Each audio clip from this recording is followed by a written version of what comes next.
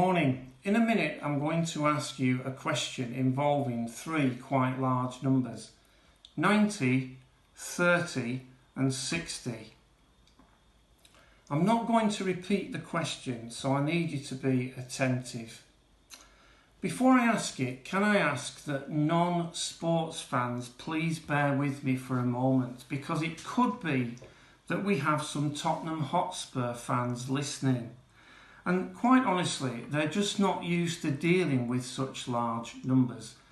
Just to illustrate the point, since the Premier League started in 1992, how many times have Tottenham won that trophy?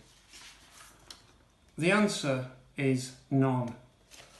Or how many times have Tottenham won the FA Cup this century?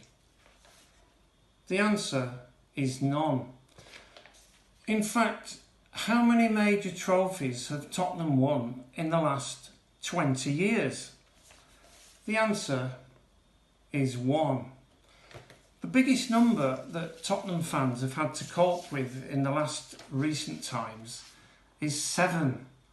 Unfortunately for them, that was the number of goals that Bayern Munich scored against them in a Champions League group game in October 2019.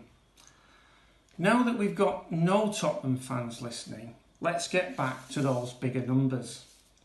So, if you were able to live to the age of 90 and you could keep the body or the mind of a 30-year-old for the last 60 years of your life, which would you choose? Recently, I've been spending some time writing down all the questions Jesus asked in the 4 Gospels, and here they are.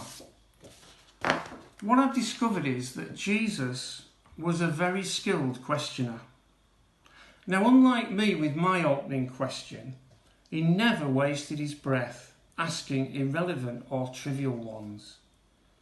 I've also been spending time reading this book by Kate Murphy entitled "You're Not Listening."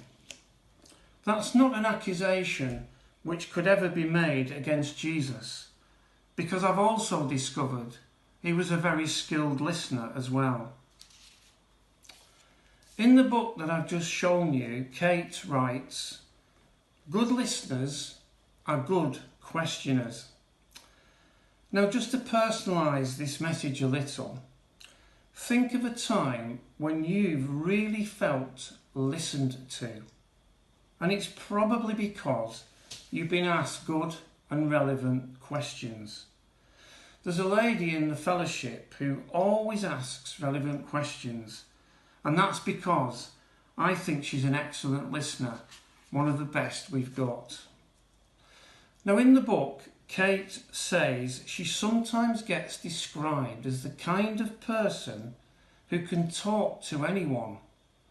But she replies, "Not really. I'm the kind of person who can listen to anyone." I like that.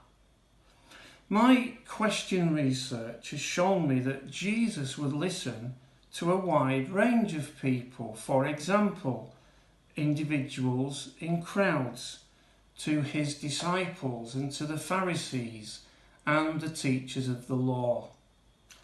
He had ears to hear. His ears were always alert and attentive, and Bartimaeus is proof of that. I want to close this message by marrying up 2 quick thoughts. First, one by Kate, and second by Pete, from a recent sermon.